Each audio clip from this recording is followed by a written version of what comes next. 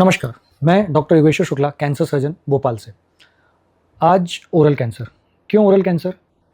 भारत में सबसे ज़्यादा जो कैंसर पाया जाता है, जो होता है, वो ओरल कैंसर है। ऐसा क्यों है? ऐसा केवल एक कारण से है, क्योंकि हम नहीं मानना चाहते कि ओरल कैंसर होता क्यों है, यानी ओरल यानी मुख का कैंसर होता क्यों है।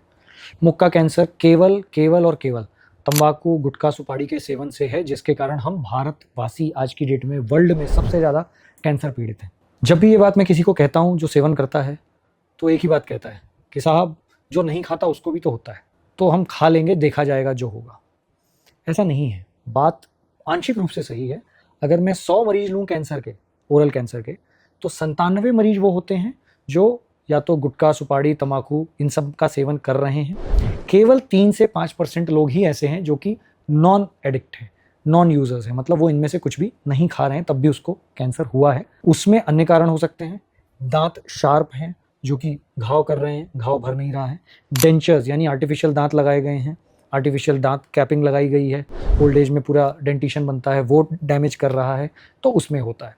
तो कहने का मतलब यह है, कोई भी ऐसी चीज़ जो मुंह के अंदर की म्यूकोजा को डैमेज कर रहा है, डैमेज होता है, अल्सर बनता है यानी छाला होता है, वो छाला भरने की प्रवृत्ति आती है शरीर में, छाला बनता है, भरता है, बनता है, भरता है, फिर एक बार वो छाले में ऐसे कण हो जाते हैं, ऐसे म्यूटेशंस हो जाते हैं उन सेल्स में कि वो भरने की क्षमता खो देता है घाव, और वो घाव बढ़ता चला जाता है। That is what is cancer. वही है जो आगे चल के कैंसर बनता है।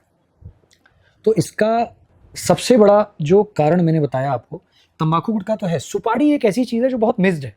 क्यों? क्योंकि हम कहीं ना कहीं उसको इतना कैंसर कारक नहीं मानते। हम ये समझते हैं जनरल पब्लिक में कि तंबाकू और गुटखे के कारण ही कैंसर हो रहा है, पर ऐसा नहीं है। सुपारी इज ऑल्सो इक्वली कार्सोजेनिक, यानी उतना ही कार्सिनोजेनिक है, उतना ही कैंसर कारक है जितना कि तंबाकू या फिर गुटखा है, क्योंकि उनमें ऐसे तत्व पाए जाते हैं जो मुंह के अंदर म्यूकोजा को डैमेज करते हैं। तो जितनी देर तक हम उसका रखेंगे उनको, उतना वो डैमेज करेंगे, उतना हमारी म्यूकोजा यानी चमड़ी की कोशिश रहेगी कि वो नॉर्मल स्थिति में आए, लेकिन वो नॉर्मल में हर बार नहीं आ पाती, और कब वो नहीं आ पाएगी वी डोंट नो। तो कारण तो साहब यही है, अंदर का ट्रॉमा। अब ट्रॉमा चाहे आप जानबूझ के करिए, यानी गुटखा, तम्बाकू, सुपारी के हिसाब से करिए, चाहे आप ट्रॉमा आर्टिफिशियल डेंचर्स के कारण हो, क्राउन के कारण हो, चीज़ों के कारण हो जो अपन सेवन नहीं कर रहे हैं, लेकिन उससे प्रॉब्लम्स हो रही हैं और हम उसको तवज्जो नहीं दे रहे। तो एक और बात है जो मैंने अभी रिसेंटली देखी है। जब सालों पहले हमने प्रैक्टिस शुरू की थी, तब हम अमूमन देखते थे बूढ़े दादा लोग 60, 65, 70 तक की उम्र वाले आते थे जो कैंसर से पीड़ित रहते थे। फिर एक समय आया जब हमने पेशेंट देखने शुरू किए 40-45 की उम्र वाले। अब आज की डेट में बहुत कॉमनली मुंह के कैंसर के पेशेंट हमारे पास 25-28 साल के आते हैं। क्यों? क्योंकि गुटखे में कहीं ना कहीं ऐसे तत्व हैं जो कि अगेन स्टडीज़ में तो फिलहाल प्रूफ नहीं हुआ है, क्योंकि obviously gutkha market is industry, is a big industry, तो उसमें कोई इतना रैम्पेंटली घुसेगा नहीं कि उसके अगेंस्ट स्टडी करके लाए आपके सामने कि एग्जैक्टली उसमें क्या ऐसा है। लेकिन मैं अपने पर्सनल एक्सपीरियंस से आपको बता सकता हूँ कि गुटखा ज़्यादा कैंसर कारक है केवल तंबाकू, चूना, पान जो अपन प्लेन यूज़ करते हैं। इसी कारण आज, और प्लस आजकल क्या है, बहुत अर्ली एज में उसका एक्सेस है। आई नो गवर्नमेंट ने नॉर्म्स बना रखे हैं, स्कूल के आसपास नहीं बिकना है, इतनी परिधि के दूर ही बेचना है, लेकिन फिर भी हम सब जानते हैं कितना इजीली एक्सेसिबल है। किसी भी बच्चे को कोई भी उम्र पूछ के नहीं बेचता। अगर कोई गलती से पूछ भी लेगा तो कह देगा माँ बाप के लिए ले जा रहा है, किसी रिलेशन के लिए ले जा रहा है, किसी और के लिए ले जा रहा है। बट आज की डेट में 10-10, 12-12 साल के लड़के शुरू कर रहे हैं गुटखा खाना। तो जब उनकी उम्र 25-28 की होती है, तो मुंह में जो एक्सपोजर है उस गुटखे का, वो ऑलमोस्ट 10-12 साल का हो चुका है। और जैसा कि मैंने कहा कि तंबाकू को अगर शायद 30-40 साल लगते हैं कैंसर करने में, तो गुटखे को शायद 10-12 साल ही लगते हैं। तो वो समटाइम्स उतना एक्सपोजर ही काफ़ी है उसको कैंसर करने के लिए। इसलिए बिल्कुल भी नज़रअंदाज ना करें।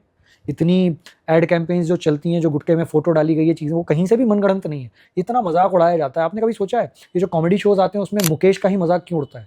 वही मुकेश जो कि टाटा की ऐड में आया था, जो कैंसर वाली ऐड है, वो एक्चुअली में पेशेंट है, कोई एक्टर नहीं है। कपिल शर्मा शो में कितनी बार मजाक उड़ाया गया कि साहब मुकेश है, ऐसा है, वैसा है। जमा कैसे ही करते हुए एक्टर्स आते हैं और वो मजाक उड़ा के चले जाते हैं। बहुत ही दुखद है, बहुत गुस्सा आता है मुझे।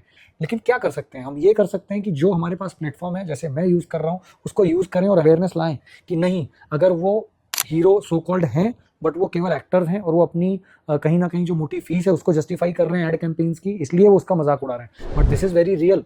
जो सरकार की एड कैंपेन्स आती हैं एंटी टबैको की, जो उसमें फोटोज़ हैं, वो एक महिला की फोटो आती है, टाटा में उसका ऑपरेशन हुआ था, जबड़ा निकाल दिया गया और उसके बाद खाने पीने बोलने में कितनी दिक्कत है, वो सब रियल पेशेंट्स हैं साहब। कहाँ लगे हो आप? हमारे पास हम रोज ऑपरेट कर रहे हैं, डेली कर रहे हैं, हम 80% काम हमारा मुंह के कैंसर का है।